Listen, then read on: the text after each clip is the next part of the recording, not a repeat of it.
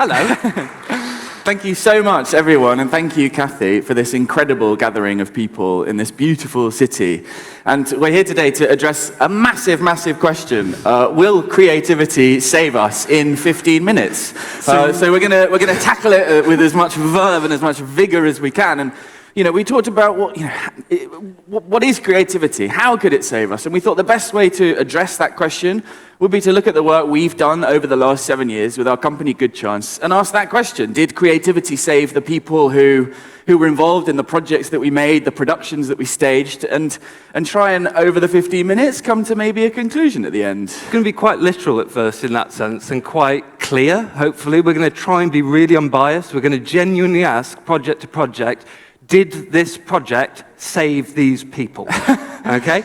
But hopefully, if we're really literal, eventually it will become quite an abstract thing, and hopefully we'll get to something more interesting by the end of it. But we'll see. No promises. Because all our work is very colourful and visual and dramatic, we thought we'd show you a very quick video just to give you an example of the work we do. So we're going to play the video right now.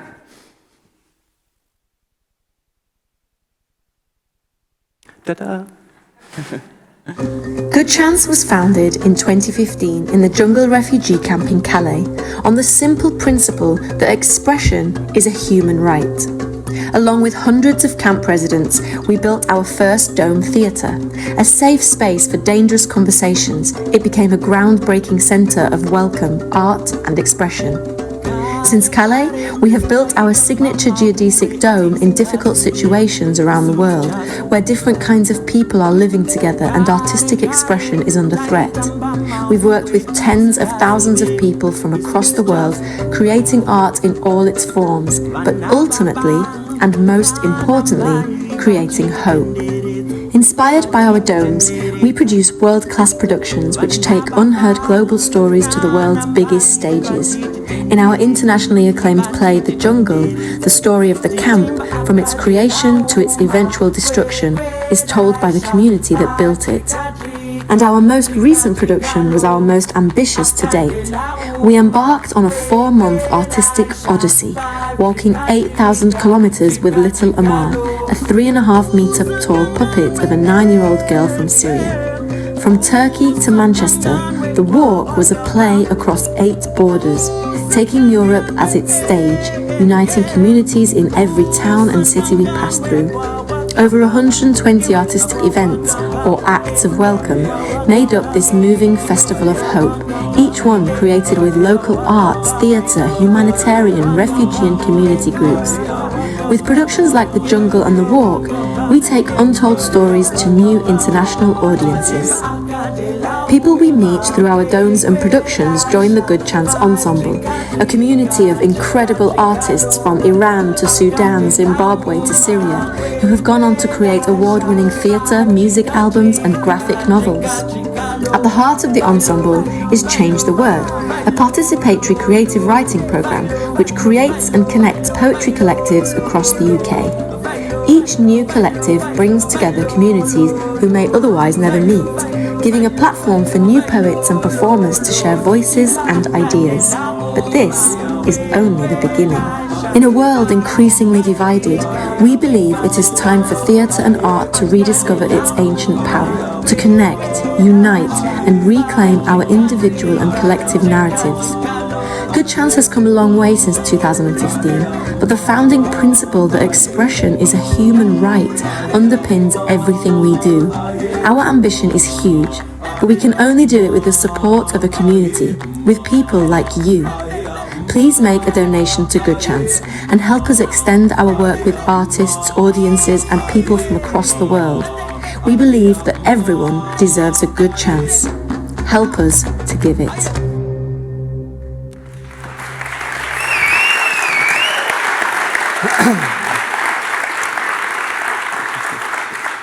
That's also a fundraising video. Apologies for the bit at the end, but if you do want to be fun, it's not about that. So, 7 years ago, we were 25 years old and we'd never seen the world before. We stepped into a place called the Calais Jungle, which is in France.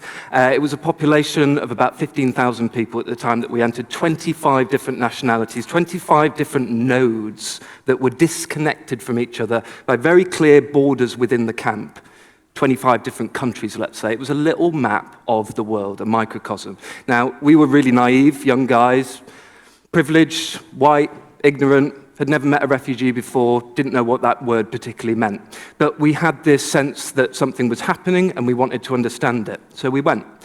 We met lots of people around campfires, storytelling, music playing if you could find an instrument to play, or actually if you could make one, you could sort of make a drum, and that people were doing that. That was interesting. We arrived in September. Obviously, this time of the year, it's beginning to get a bit cold, and we thought, gosh, it's not going to be long before these people can no longer do what they're doing, and it must be the case that they need to do what they're doing right now, otherwise, why would they be doing it? Okay, so how do we allow them to keep doing that? We just did one thing. We built a theatre. Yeah, and that theatre was a place for everyone to come together. It was one of the only cross-cultural places in the camp. It was a town hall, it was a community centre, it was a boxing ring and an intensive care unit. It was, we call it, a safe space for dangerous conversations where everyone, no matter who you were, where you came from, your gender, your race, your religion, could come and be equal for a moment, creating art in all its forms together. Film, poetry, dance, Eritrean circus, Iranian stand-up comedy, everything you could imagine and everything in between sort of was made. And, you know, did that place save people? Did that creativity save people? Maybe not, but it gave people a place to come together to reflect on what was happening, to express what they were going through, to meet and introduce one another, to In the hierarchy of things, the hope shows that we made every Friday were not the most important thing. It would often be the case that a lead actor in the hope show that we made would get to the UK during the week, and so we'd be losing and missing an actor. It wasn't the most important thing in that place. Really important to say that, not the most important thing. But it did mean that people looked forward to the next hope show. And we felt that that was really important for those people on the particular timelines that they were on at that moment, day to day to day to day. If you can reach the next day, and if creativity or a creative excitement can help you reach the next day, yeah, maybe that is sort of saving. I don't know. When the camp was evicted in 2016, really violently and aggressively by the French police, we followed a lot of the people who hadn't made it to Britain to Paris, where they were sent. And Paris was in a way exactly like the jungle. It was lots of different kinds of people living together in a really densely populated situation. Resources were scarce. There was a lot of tension, a lot of national division between newly arrived people and local people who often had a lot of their own problems themselves to deal with. And the dome that we built there actually became a place where those people could come together and get to know one another for the first time. We welcomed people from Afghanistan, Sudan, Eritrea, Iran to come into that theatre and make it their own. They created the artistic program, they created workshops, performances every week, another hope show every Saturday. And this really curious thing happened. Those newly arrived people in Paris had a space that belonged to them. It was a home, and they welcomed Parisians into that space. So creativity may not have saved the people in Paris who we worked with, but it gave them somewhere to go every day. It gave them constancy, permanence. It gave them a place to connect with each other, to understand each other, and also to subvert the idea of welcome. Yeah. To allow them to say, welcome to our space. This is who we are. This is our story. And those moments in the Hope Show, we had a fashion show one weekend that everyone worked on for 3 months, building up to this fashion show. And we did it with the International Fashion Academy in Paris. Yeah. And it was so phenomenally successful that a lot of the people we worked with went on to get scholarships in the Fashion Academy and are now working in that industry. So creativity maybe didn't save them, but oh yeah, well exactly. It's quite good. So creativity maybe didn't save them, but it created these connections, these communications that didn't exist before. And at the same time that was happening, on the other side of the channel in the UK, we were making a play. So Joe and I were writing with people who had been in the jungle, who we'd met in the theatre, in the camp, who were now in the UK. They were going through the process, often very, very difficult process of claiming and proving your right to have asylum. And during that really difficult period, they were working with us, and we were making this play about this experience that we'd all been through in this place in northern France that was not designed for human beings to live in. And we made a play together, and the play went really well. We were all really happy with it, and lots of theatres wanted it to come and sit in their theatres for their audiences to see it. But we had a little problem when we wanted to take it to New York, because this was around the time when Trump introduced what was called the Muslim ban. And so we had obviously lots of members of our company, because we had, I think in the end we had members of the company from 15 different countries, because as you can imagine, a play about the jungle would need people from many, many different places. And so 4 of those people were not allowed to go to perform this piece of art in the United States, which felt really strange and obviously completely wrong to us. We fought that because we had to. We won that. They got there. That is a legal precedent that is used now actively. Crucially, I think, this might be slightly wishful thinking, but because the art, the play, the creation was considered to be of worth, there was a worthwhile argument to make for that thing. And maybe that's slightly fanciful, but I think that is a legacy. I think that maybe gets close to the idea of salvation. I don't know. Salvation is a big word. It's a big word. There's a little character in the play The Jungle called Little Amal, who's this little girl. And in the play, she only says one word, school. And there was something about her that just felt she had much more to say. And after The Jungle had finished, we got talking with friends from South Africa, amazing puppet makers, and we came up with this idea of walking Little Amal all the way from the Turkey-Syria border to the UK and create along the way a tapestry of welcome. So we invited artistic partners, local schools, civic society, mayors, everyone you can think of, including the Pope, to create an act of welcome, a moment of welcome. And she did this 8,000-kilometer walk, and it was an amazing moment of realizing that in spite of everything you hear in the news, support for people from refugee and migrant backgrounds is not a marginal issue. It's huge. The support and the collaboration of those groups, those partners, cross continents was a really powerful and brilliant thing. We had this amazing moment in Chios, an island just off the coast of Turkey. And the whole island came out to welcome her. And we talked to people on that island who said, the last 7 years for us have been about going out to sea and bringing bodies back to this island. And in this moment, we don't feel forgotten. We feel remembered. We feel that this issue, what this island has been going through, what the people who've been crossing the sea have been going through is finally having its moment in the spotlight. And I think creativity may not have saved the people we met in Chios or along that route, but it connected people in a way that didn't exist before. Those connections, those partnerships still exist to this day. So I think that's also getting towards the bigger question. I was going to say, because, I think about folks in Belgium, and why is it the case, and it must be the case for all of us in this room, that we're all doing really, really similar things, and we all have fantastic ideas, and yet we don't often naturally seem to coalesce with each other particularly easily. And one of the things that the walk did, and we hope it continues, it made people work together for the first time in certain places. And how is it the case that 4 artistic organizations in Folkestone have never met each other? That's insane. We share so much commonality. We can be so much stronger if we met each other, let alone worked with each other. But they're switching on the Christmas lights together this year, which is a really good first step. And these are big things, important things. And we're rapidly running out of time on this really are, monumental question, but there are other projects as well. We talked about this yesterday, but a couple of weeks ago we held this huge day of Afghan kite flying all around the world in 46 cities.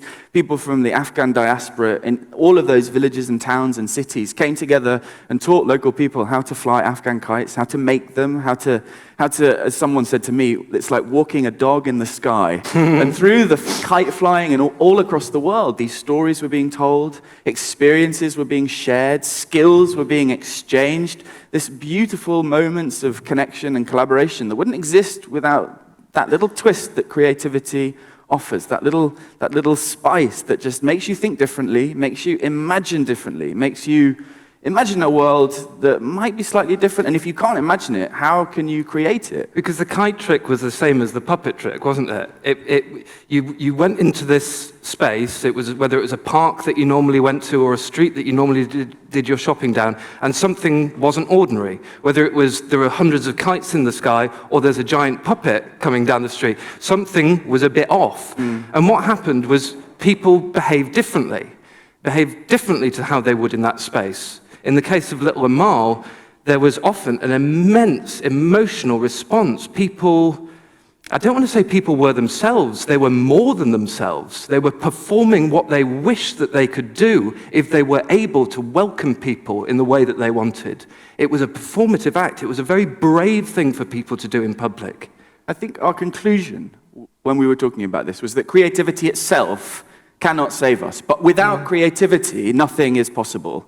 It is the way we connect. It is the way we communicate. It takes us from competition to cooperation, to collaboration. It's like, under a forest, the mycelium, the fungal connections that actually provide the resilience of that ecosystem. And it's also in a world of depleted resources. Creativity is the most renewable and sustainable resource that there is. There are artists in every village and town and city, and if you activate them, then everything can change. I think that's the end. Thank you very much.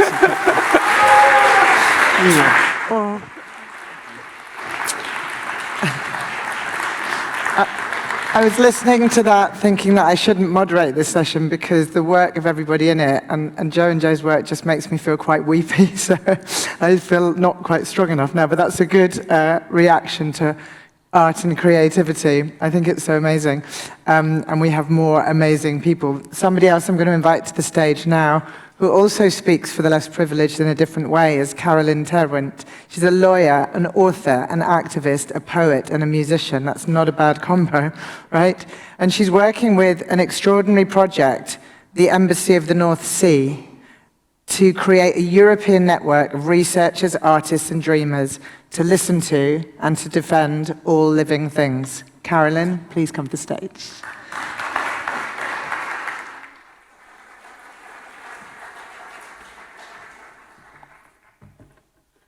Good afternoon. Let me just test this. No, that's not it. Oh, yeah. So my name is Carolijn. I work with the Embassy of the North Sea. And I'd like to start with a question. And maybe you can answer just with like a raise of hands. Who has ever been in a phone call with someone from customer service? You're trying to reach a company, I don't know, T-Mobile, some other company. And a conversation didn't really move along. The person at customer service didn't really answer your questions or do what you wanted to do. Anyone ever been there? Oh, yes. Me too.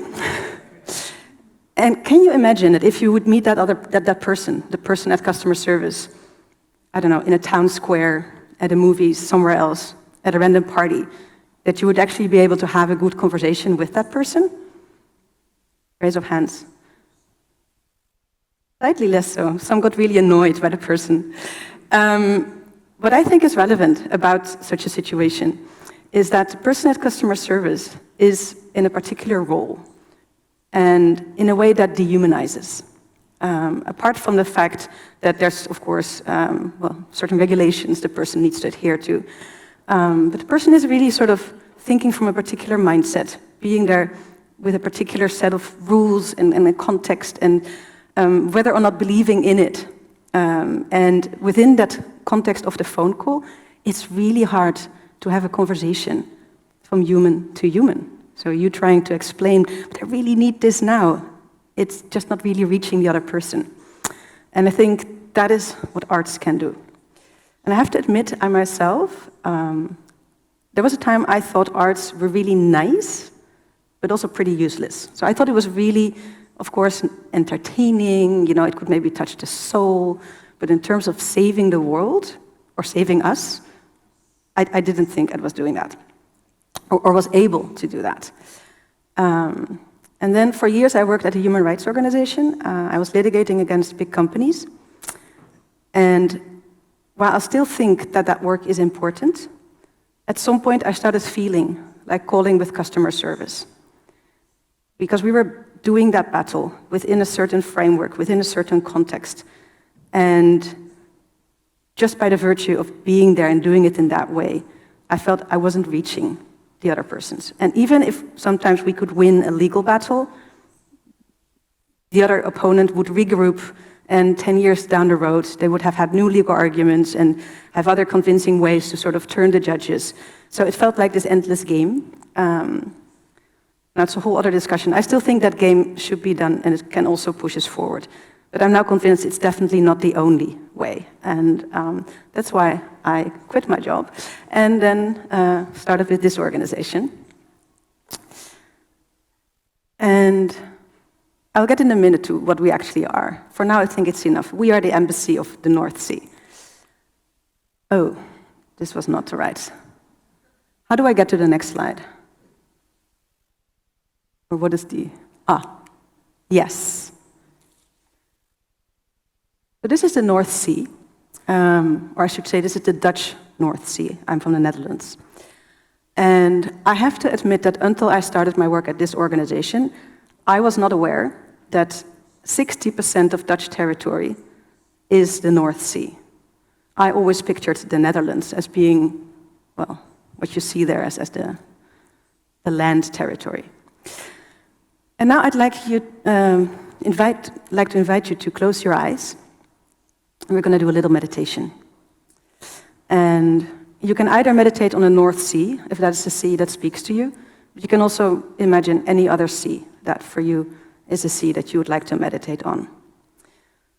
And my first question to you in this sea meditation is how far in kilometers you are from your sea. And then how far does it feel? Does it feel further? Does it feel closer? And then I'd like you to feel into your relationship with that sea. Maybe you feel you're a user of the sea because you're sometimes swimming in it, maybe fishing in it. Do you feel that you are an owner of the sea? Do you feel maybe that you and the sea are both participants in life on Earth? Maybe you feel that the sea is a friend, or maybe an enemy. And for those that picture the relationship with the sea as a friendship, is the sea a friend for you? And if so, are you also a friend for the sea?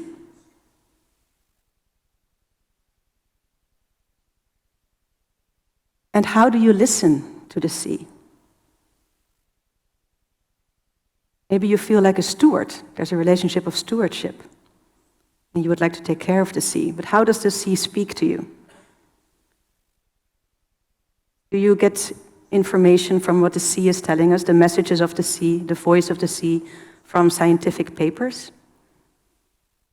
Or are you using your own senses to listen to the sea? Are you maybe trying to smell the sea? And what do you gather from that? Can the sea smell different on one day and the other, and what does that mean? Can you listen to the sea?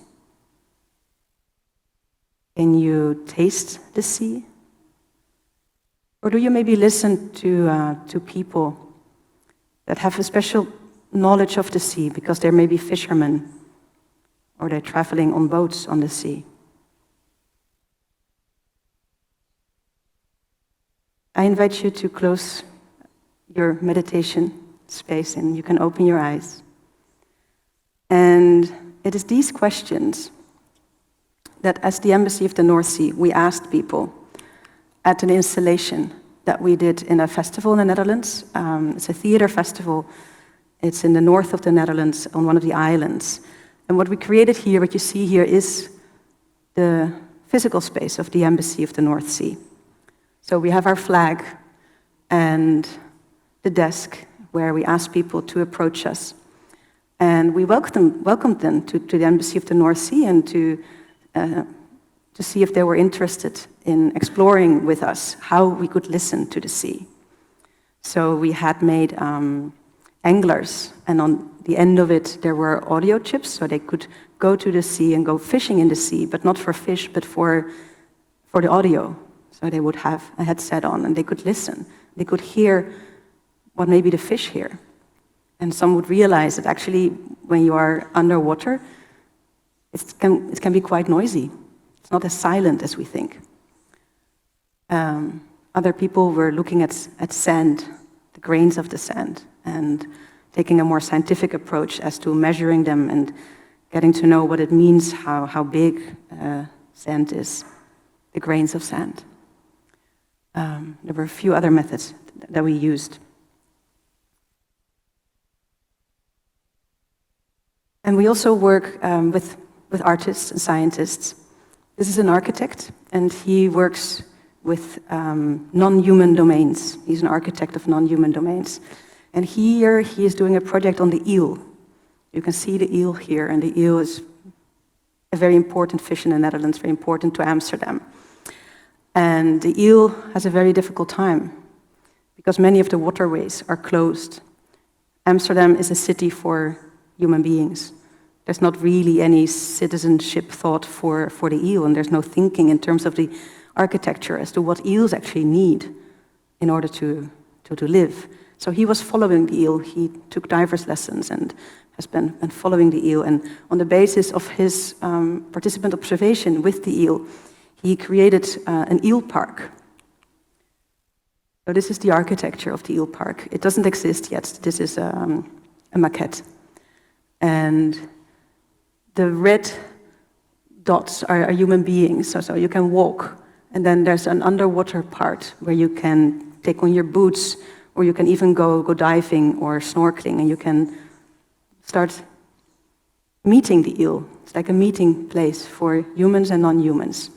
And that is what the Embassy of the North Sea is all about. It's about a paradigmatic transformation as to how we view our relationship with the non-human world, and to explore what does it mean if we start listening to non-humans. And can we imagine having the voice of non-humans present in our political decision-making, having them present at the negotiation tables when we talk about fishery, oil, and everything that is happening in the sea, because the sea is extremely busy.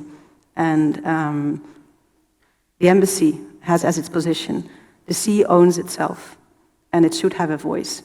And it's our task now to start exploring, can we hear that voice? And can we ensure that that voice is represented in our democracies of the future? I thank you.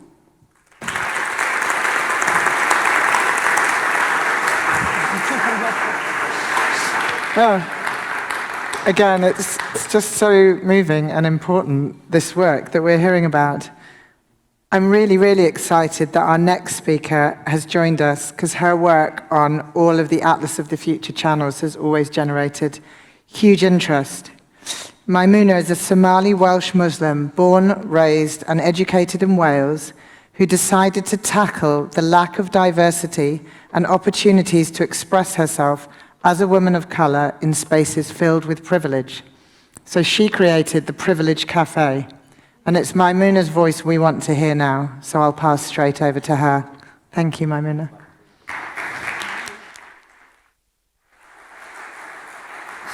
Kathy, should I just stand here? Yeah. Maybe I should just actually sit down, because my talk is a little bit different. Is my mouth too close to the mic? It's okay. Okay, great. So, yeah, as the introduction from Kathy, first of all, I just want to say thank you so much for the incredible invitation. I come all the way from Wales, and I'm so grateful to actually be here after starting the Privilege Cafe in my living room in April 2020 with no laptop and no job and literally nothing. But just as a quick introduction, because I know I'm on a timer and I don't want to go over the time, but I'm hoping there's going to be a lot of questions later on. So as Kathy said, my name is Mymuna Suleman. I'm from Wales in the UK, but I'm originally Somali, East African. I'm proud to say I'm obviously both. So yeah, the Privilege Cafe, just in a nutshell, started because honestly I was just really frustrated with being the angry black woman all the time, the aggressive black woman, the Muslim woman who looks really different.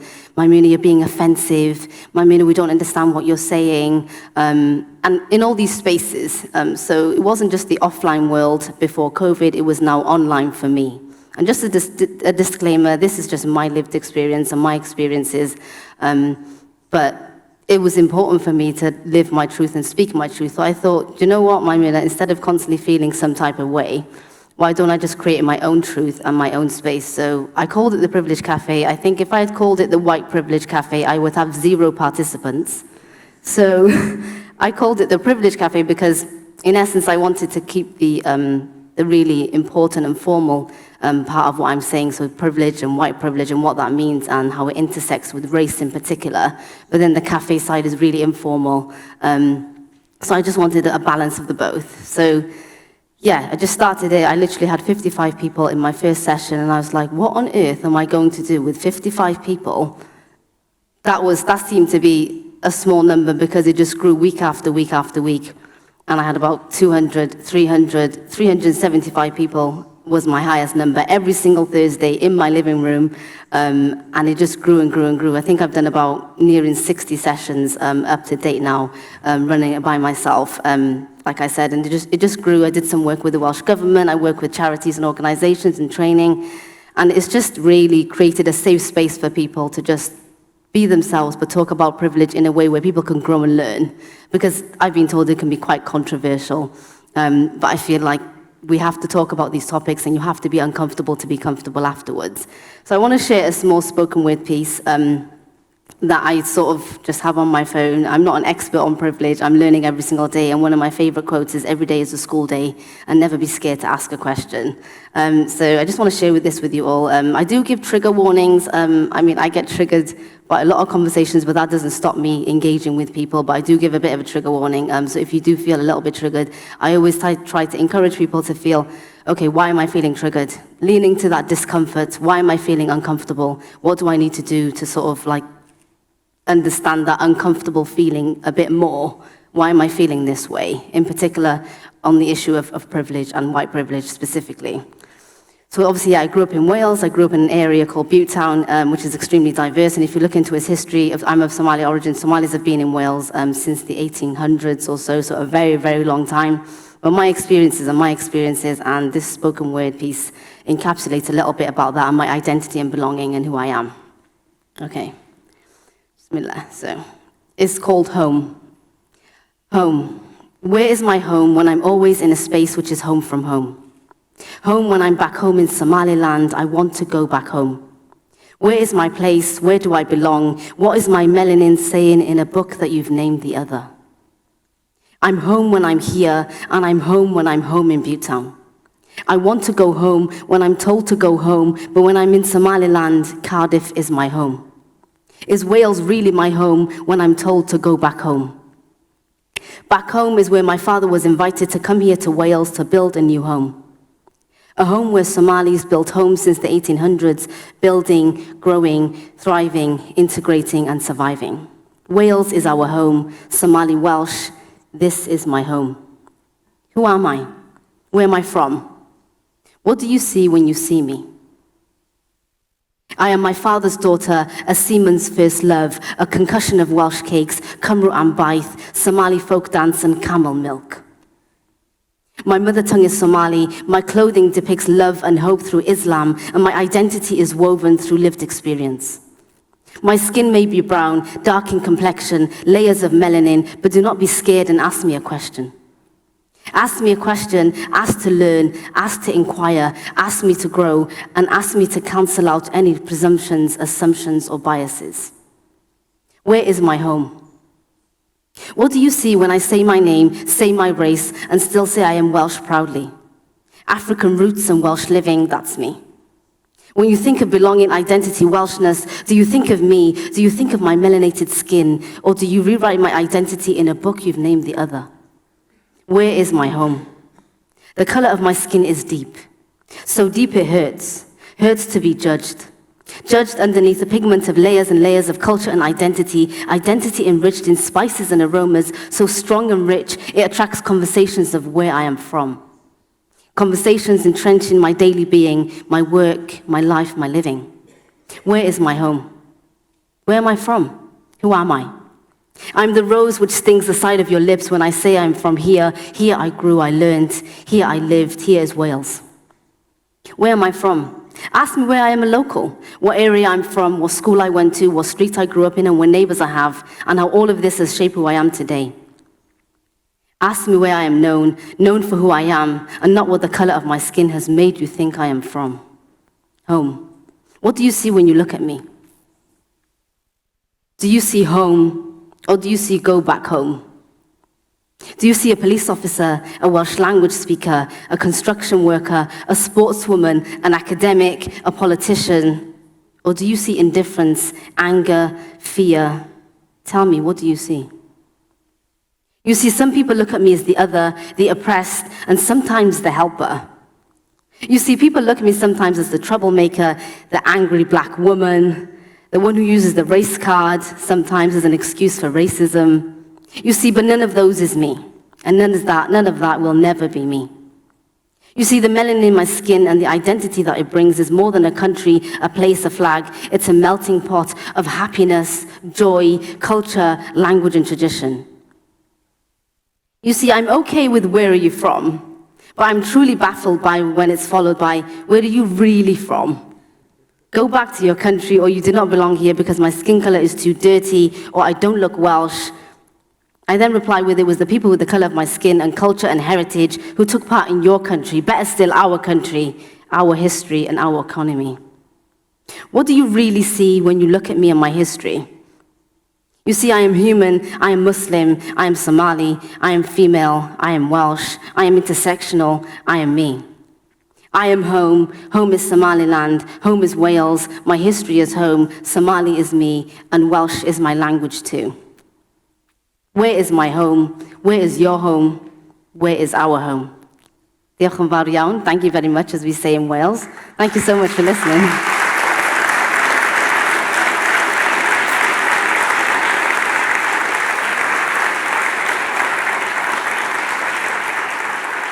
Thank you so much. Thank you.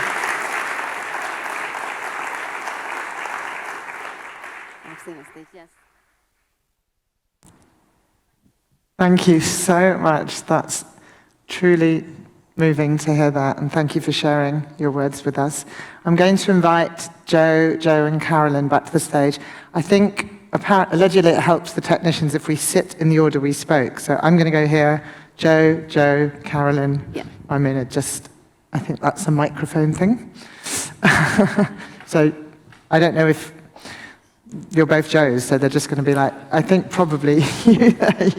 Thank you. Here, and Carolyn there. And I'm sort of very much hoping that I don't really have to do anything for this bit, because I think we've heard such extraordinary stories, examples of work, reactions to the world around us, and answers in different ways to this question.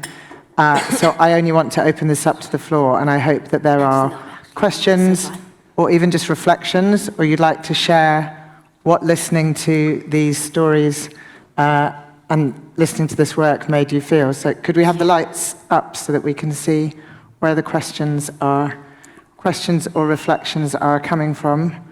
And thank you. We've got a first. The light's so bright. This one here, and a microphone will come to you, so it's coming from this side.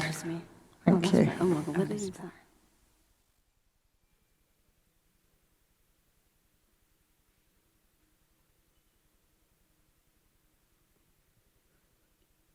Are we waiting for people to raise their hands? We're waiting for a microphone. Just waiting for a microphone. Oh, sorry, yes. Yeah, no, we have a question. We're just waiting for the Fixing the microphone. microphone. Hello. Perfect. Thank you. I have a question from Mymuna. I hope I'm not messing up your name too much. No, that's correct. Yes, so from my own experience, I know that from the position of the privileged, confronting your privilege is often very difficult. Mm-hmm. You're confronted with feelings of guilt, confronted with how your own actions are maybe actually maintaining these inequalities and privilege. So I suppose I'm wondering why you think the Privilege Café offers a space where people do feel comfortable to engage with topics, where they don't become defensive out of these sort of emotions. Sorry, what was your question? Why they don't? Become defensive. Defensive. Why they don't? Oh, Yeah. sometimes they Or maybe do. they Oh, definitely they do. People do.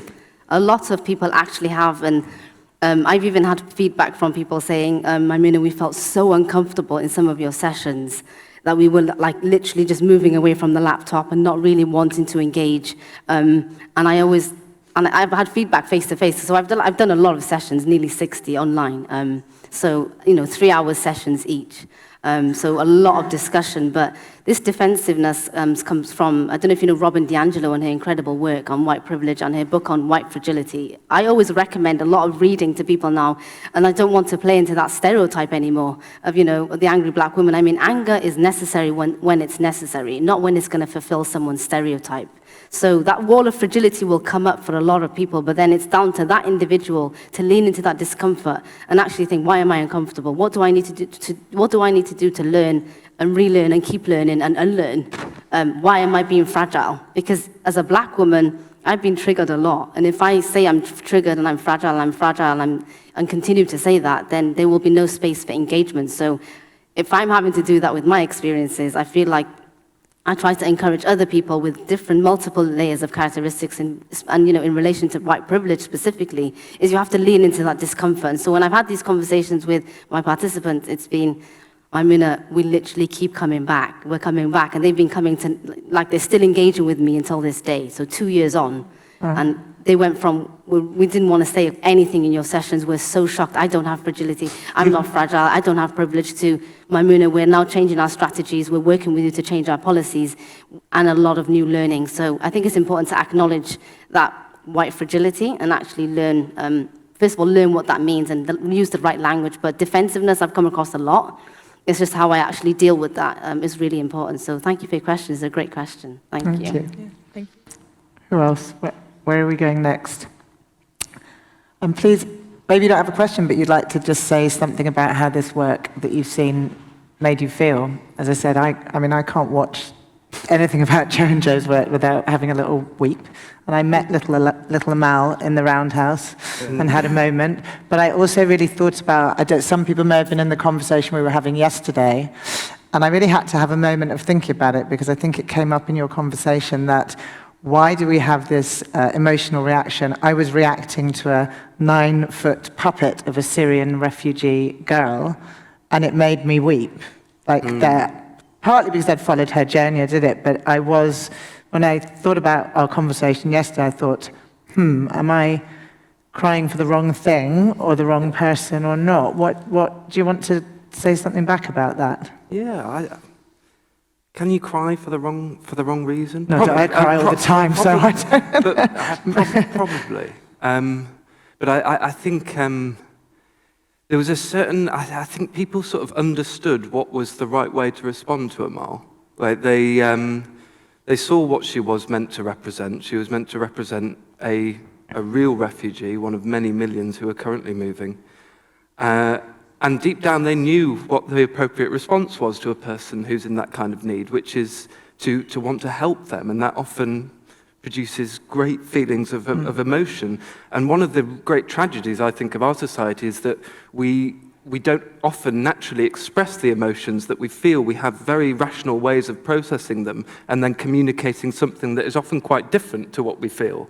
And I think for whatever reason, this giant puppet, or as we said with the kites, it's a trick that allows you to be a human again. Thank you.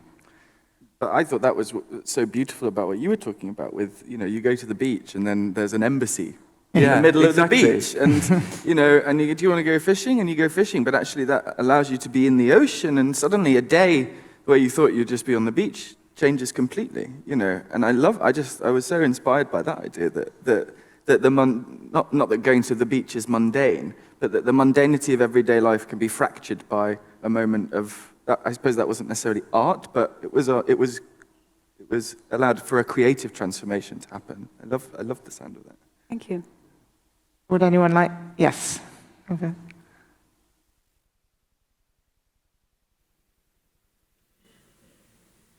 Thank you. I think the Embassy of the North Sea should have its own radio channel which should be Carolyn speaking 24 hours a day. Yeah, we'll put some funding in.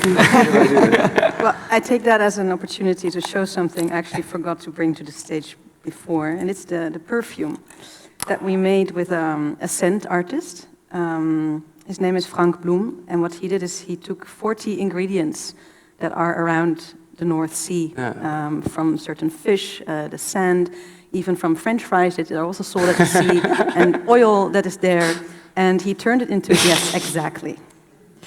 Anyone afterwards that wants to come to me in the... Yes. I should say there are lovers and haters. So... Well, I've got to go for Now I something. can get the salt. There's a... Oh, whoa, There's yeah. Put it on here. Actually, I think I like it. great. No, I like Yeah, there's salt. There's sort of seaweedy, kind of citrusy sand. Fishy. I don't know, I yeah. mean, there's something fishy there. I mean, I'm just going with it now. I love it. I absolutely I'm love going to it. give lots of people hugs later. That's amazing. I was interested, Carolyn, actually, in this idea of, because actually to me, when you say the embassy of anything, yes, I understand that you're trying to enshrine some rights in it, but it's quite a bureaucratic, I don't necessarily think very positively about embassies at all. In fact, just spending time trying to bring over two wonderful activists to this event who were both denied visas makes me, I have a slight reaction to the idea. I'm feeling quite allergic to embassies. And I just wondered why that structure, which feels quite bureaucratic, for then an absolutely inherently poetically creative and artistic project. I think it has to do with the fact that we have so many human structures like embassies, and it's those structures where the non-humans are excluded from. And that is what both the word and also the first image that I showed that was in The Hague, in the neighborhood, which is like the embassy neighborhood. That is where we founded the embassy, with the flag. And I suppose that this dissonance that you feel there, of something as beautiful as nature, why should that be in like this stony, bureaucratic, boring system that we humans built? But humans are nature too. So I think it's also about this dichotomy that we have built up and in which we tend to think. So the challenge that we have is how can we set up new systems that allow for nature to really participate as subjects, and it can be as legal subjects, political subjects. How do we do that without forcing nature to sort of get cramped into our anthropocentric systems, like cramped into our legal system, which doesn't do them justice? And that may be a first step. So there's now the movement towards getting legal personhood. The Mar Menor here in Spain is getting legal personhood as we speak next week. But that can only be a step towards a further transformation of all our systems to actually be nature inclusive. There's a whole session actually this afternoon about how we're going to use the law in protecting and giving this kind of recognition and personhood to the things we want to save and protect. Mymuna, just talking of spaces and the reflection that you had, Joe, when you were talking about the place in Paris, that you created a physical space and it turned on its head the idea of who's getting to welcome who to a space. Do you not want to make the Privileged Cafe a real cafe? You know what? I would love that. You know what's funny? Because during lockdown, I get so many messages. Mymuna, how are you open during lockdown? It's the cafe. I was like, just relax. It's virtual. I'm not breaking any rules. Don't report me. But I'd love it to be an actual space, and that's probably, hopefully, I'd love that, sometime in the near future, to actually see something physical and have, I guess, my theme topics I've been talking about in physical rooms. So whether it's recruitment and what the session I did with CEOs and people being recruited through the cafe, or whether it's education, whether it's politics, whichever strand it may be. So I'd love for it to grow and to continue to grow, basically. And for it, even like planning a tour and stuff. So I'm hopefully planning like a Welsh tour, and even like I'd love to like speak more internationally about these topics. Like, being here in Spain is just an incredible blessing right now, and it's just amazing to just bring this conversation here, but to continue it. But yeah, I'd love that physical space at some point, hopefully soon. I hope so. Yeah. Yes, I have a question here. Can we have the microphone to the front here? It's coming from behind you. Thank you. Joe and Joe, they already know I love them, but I also love what you guys are doing too. So, first observation was your question, Kathy, about why we're using current language for maybe a new idea. So there is a principle Lowy invented around most advanced yet acceptable. So there's a known wisdom that if we want to talk about the new, which is attractive, there needs to be enough of the familiar. So I think there is something useful about having old language and new concepts, and I think that applies to the cafe as well. Yeah. The cafe is a meeting place, so where it's uncomfortable to meet is a lovely juxtaposition. But my question really is, and Joe, you almost apologise for asking for help. My question is, what help do you need to do more of what you do? That's a lovely question. Can we do it in turn? Mymuna, why don't you start, if that's all right? Can we take everybody? I would probably say to continue my network of accomplices. I tend to call people accomplices. I like Not just, that. I get it all the time. Is that to commit crimes? No, I don't commit crimes. An accomplice will actually be willing, for example, if I'm at home and I'm, need help or whatever, an ally will feel empathy towards my situation. An accomplice will leave their house and put their neck on the line with me. So I think you've got to learn the difference between actors, allies, and accomplices, and I tend to lean more towards accomplices. So to grow my network of accomplices, including a lot of white accomplices, because of power and the dynamics of it. So I think, to just grow my network of accomplices and continue the conversation that way. Yeah. Carolyn, what help do you need? Have conversations. Ask people how they feel about nature that is local to them. Ask if that voice is being heard in political discussions, in legal discussions, in economics. Ask yourself, but especially ask your friends, your family. Nice. Maybe you. Are you just dodging it? Are you dodging what help you need? I'm is it a unified response? Are you allowed to want different help? Let's separate you. Can I just before I just wanted to clearly not. Just on the embassy, because I think it's such a genius name. It's a genius name for reasons that you mentioned, Stephen. But also I wanted to make the link that because we went through it with when we set up the Dome and we called it a theatre. People really didn't like that idea because theatres are places that you pay to go in. And that you often pay a lot of money to go in them because it's a real privilege to be inside a space like that. And so it was a provocation, like it is with the Privileged Cafe, like it is with the Embassy of the North Sea, to go, no, it's the North Sea or the people that you work with are deserving of this title. It's a grand title for these grand issues.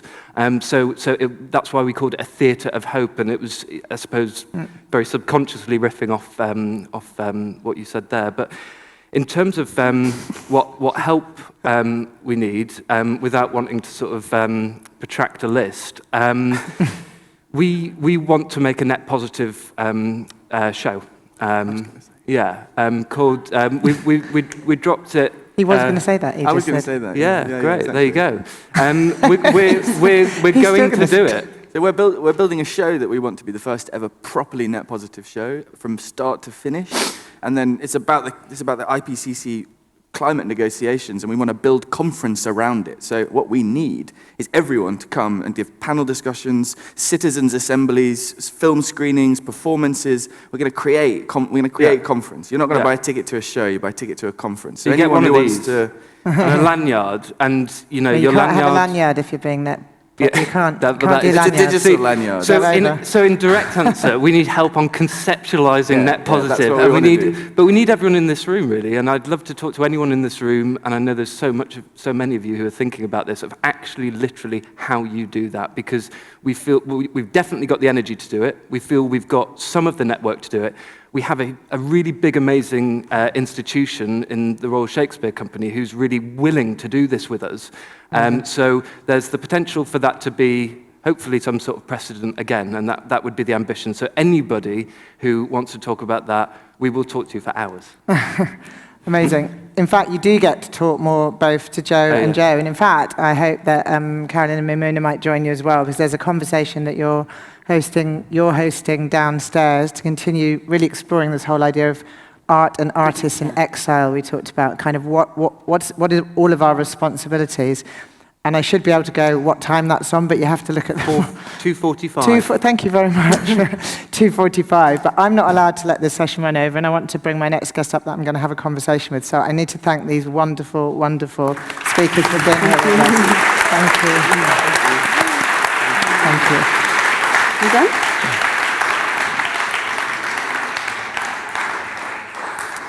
And now, I'm going to invite to join me on stage somebody who I have the very great privilege and pleasure of working with in an organization he has co-founded called EarthPercent, which aims to unleash the power of music in service of the planet. So we might be twisting the angle on this question here. It's not just will creativity save us, but will music save us? Brian Eno, artist, musician, producer, activist. Come. Should we do these two? Yeah. Thank you. Thank you. Before we go, I just thought, actually, I'd love your reflection, just a quick reflection on what you just heard, because I don't know that you knew before this week the work of any of the people you've just heard. So totally embarrassing. Is Brian's mic good? Is my mic good? Yeah. Is it really good?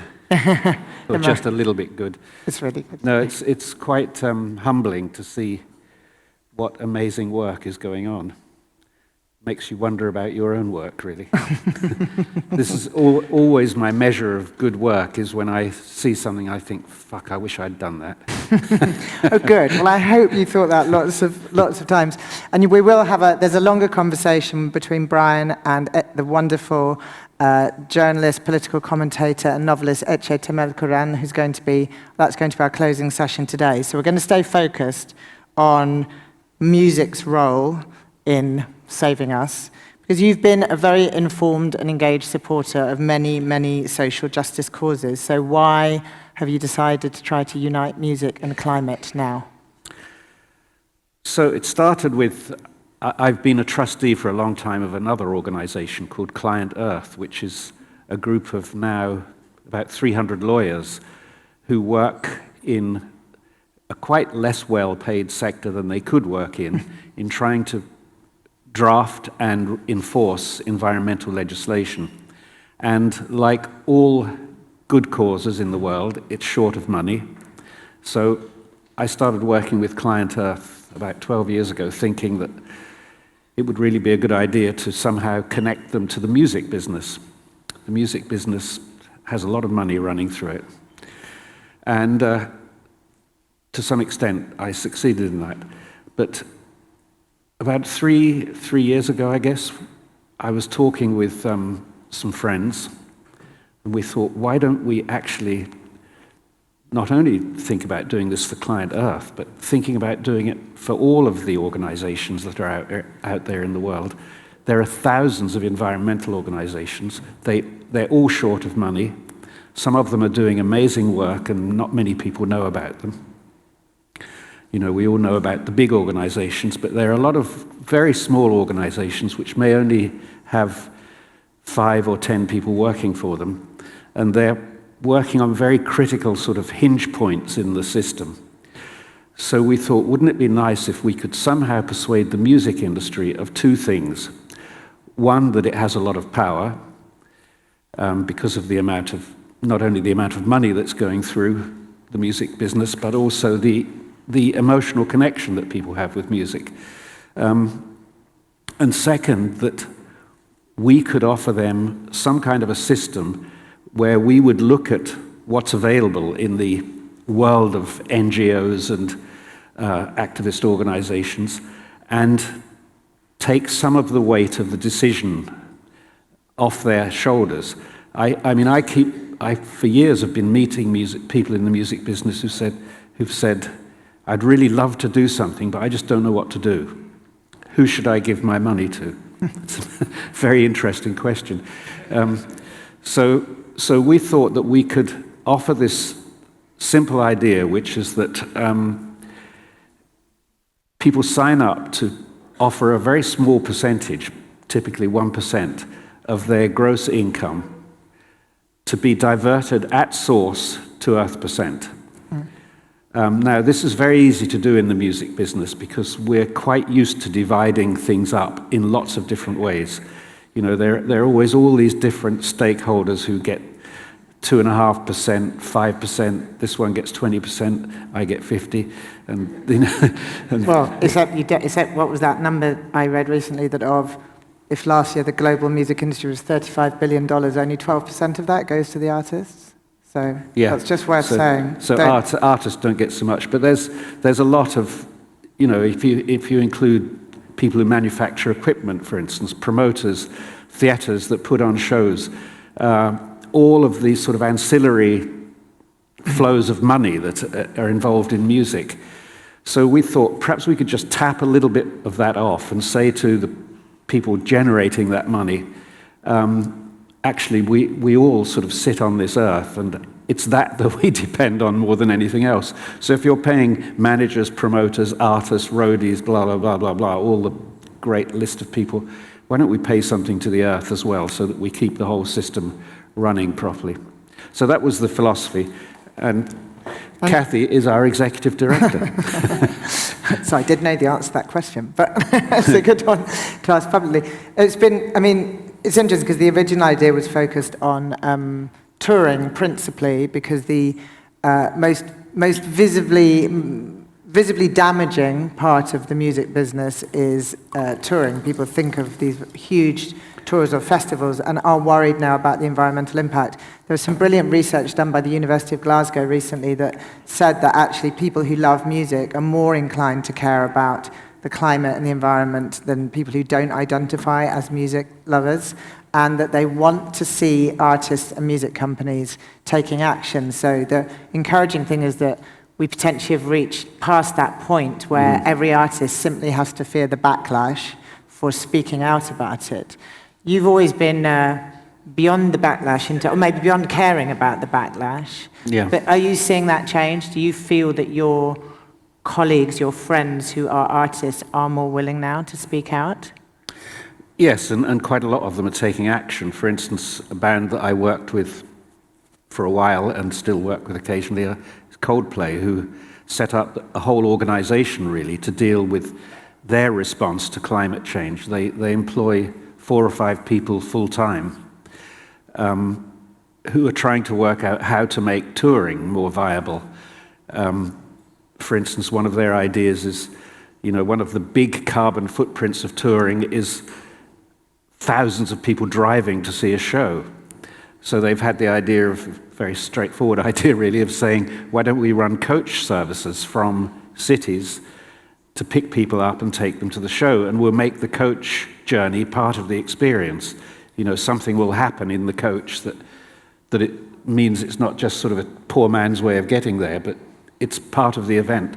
So they're working on it. Massive Attack are doing it. The 1975, another English band, are doing it. So I think people are definitely aware, and this is a snowball that is gathering speed now, because I think fans are starting to expect that. Fans are, I think, becoming a little bit disappointed if the bands that they favor aren't showing any interest in that direction. It's, you know, it's partly a fashion thing, and I don't mind that. I don't care if fashion is how we save the world.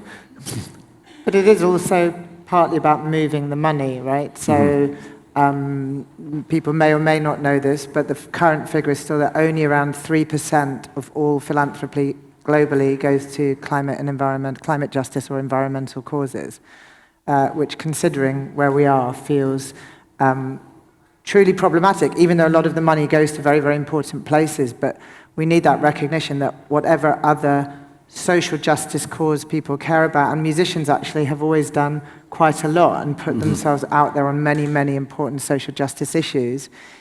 If we're not also tackling the climate crisis, as we spent this morning talking about, climate justice is racial justice, is gender justice. So all of these things come together. But how are you perceiving the reaction to there's taking action and then there's asking for the money? Always the difficult part. I'm very shy about asking people for money. I just hate doing it. But I've just made a resolution, which I told Kathy about the other day, that every day for the next month I'm going to write to some famous star and say, please give us some money. It's time. I've lost all shame. So sorry to have done that to you, to have brought you down to my level. But I think part of the point of it is, and it comes back to the sort of work maybe that people like Carolyn are doing, is this idea of can you take an industry, and the music industry reflects many of the problematic power structures that the world reflects in the business, and can we, inside the industry, insert these quite creative or innovative mechanisms of giving? So we're working, for instance, on an idea about, is it possible to co-write a song with the earth? This is a big idea. In fact, I was very excited to hear that there is some acknowledgement of that idea in another forum. The idea of making nature a board member in a company. That's a very interesting idea. So we did some research on this. What I really wanted, ideally, was that, the next time I write a song, if the credits go as they normally do, brackets Brian Eno, but I want to put the earth, so that there are two royalty collectors, Brian Eno and the earth. And of course, that's a very interesting form of giving because it has such a long life. I'm still collecting royalties from things I made 50 years ago. So in terms of creating a long-term funding funnel, that would be a very good idea. And I think people would love doing it. I think it's very appealing to say that, to know that part of all the income that comes from this thing is going to something that you want to do. And I think it's interesting how it's this idea of, and I'm looking at Karen because you always this conversation makes me feel more nervous around lawyers because it's a very particular construct. It's trying to use artistic, creative constructs, not to really say that we're a group of people sitting in London who are actually governing the Earth's music catalogue, for instance, but to present an artistic and creative concept that the industry might find palatable as a way of moving money long term, and that has real poetry to it, because, in fact, the copyright situation would be, so long as the Earth lives, then the Earth can go on collecting its copyright. So it's a nice idea in that way. If it dies, it has to will them to somewhere else, like the moon. Or but just coming back to the broader questions then, so that's a little bit about EarthPercent, but as a musician and as an artist, this question of whether music can save us, I sensed a difference in tone in the room yesterday, and the word hope has come up a lot. Some people think that we're past the point of sort of relying on hope as a particularly valid or useful reaction, that it's too passive, that we have to face more directly where we are. Many people's interactions with music, they look to it for a source of joy, of sort of deep emotional richness. What role do you actually think, do you think the music that we need now is to keep us more in tune with joy and hope, or can music actually also tell the difficult stories? I was actually thinking about when Joe and Joe, who I now call Yo-Yo in Spanish, their Spanish version, Yo-Yo. When they were talking, I was thinking, maybe we can think of music a little bit like we think of the whole practice of medicine. So we have some sort of emergency medicines, and then we have preventative medicine. We have stuff that we do, which we might call our daily exercises or something like that, which are kind of for the long-term conditioning. They're to prevent us getting ill. And then we have other things that we do that target particular things. Maybe we can think about art in the same way, that it doesn't all do the same thing. Some things are very long-term. They're like blue sky research in science. They set a landscape which then people can explore, and it might take as it sometimes has in my case, years before people find anything useful there. And then they don't want it really when they find it. Not true. So, but not all art works in the same way, is what I'm saying. So I've always had a kind of, I don't know, an ideological bias against propaganda art. I've always thought that's kind of the dirtiest job an artist can do. And I had that bias until I saw the paintings of, I think his name is Artyom Korshev, who's a Russian wartime artist, propaganda artist, you know, as you had to be then. And they're some of the most moving pictures I've ever seen. So although they were propaganda paintings, basically to tell Russians that they needed to fight the Nazis, and to glamorize and glorify what they were doing, they're still great pictures. Even in the absence of any war, they would be great pictures. So I'm not so against propaganda art as I used to be. I don't want to do it, really. I'm more of the long-term conditioning, changing the landscape type of artist, I think. But anyway, all of this is to say that art changes things in a lot of different ways, and some of them aren't at all obvious. It was interesting, I think Carolyn said, I used to think art was very nice, but really quite useless. And it's easy to think that, because the way in which it works is so deep and undercover and tangled in a way. And it kind of, if you worry about that, it tends to push you into propaganda art, you know, slogan art. And I don't think that's the only sgoing to that question. But anyway, this is all what I'm supposed to be talking about this afternoon. It is. So why the fuck am I talking about it now? I'm going to have to say it all again. It will be really embarrassing. No, because you'll be in conversation with Etche, who will make you say all sorts of new things. Change my shirt and everything. You have to change your shirt. Yeah, this is a good shirt, though, and we are out of time, and I'm not allowed to run our sessions out of time. Okay. I'm going to wish, though, that somebody had asked me, Kathy, what does EarthPercent need? Oh, by the way, if there's anybody in music here today, or anybody who knows anybody who works in music that might like to get involved in an extraordinary organization led by an extraordinary person that's going to do very good things for the planet with music, then please put them in touch with me. There you go. Please do. I hope that this session made everybody feel just how very bloody useful and needed art and creativity is. Thank you, Brian. Thank you again. Thank you, for all our Kathy. speakers.